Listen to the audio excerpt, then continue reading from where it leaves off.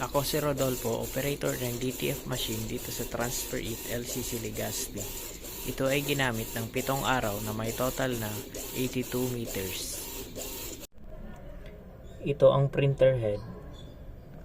Heto naman ang capping na may 100% good condition. Head clean.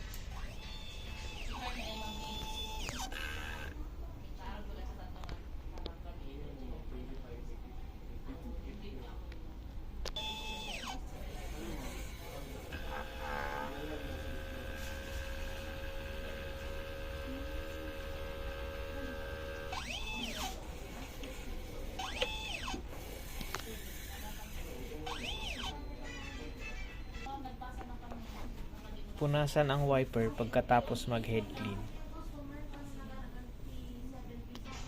Nozzle test.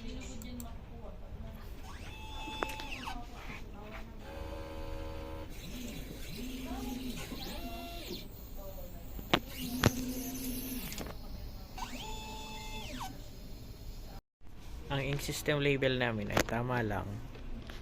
Ang damper ay pinalitan noong March 2026.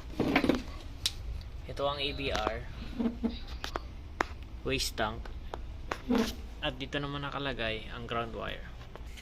Dito naman nakalagay ang stock ng unused ink, in-use ink, DTF powder in cleaning solution, DTF film.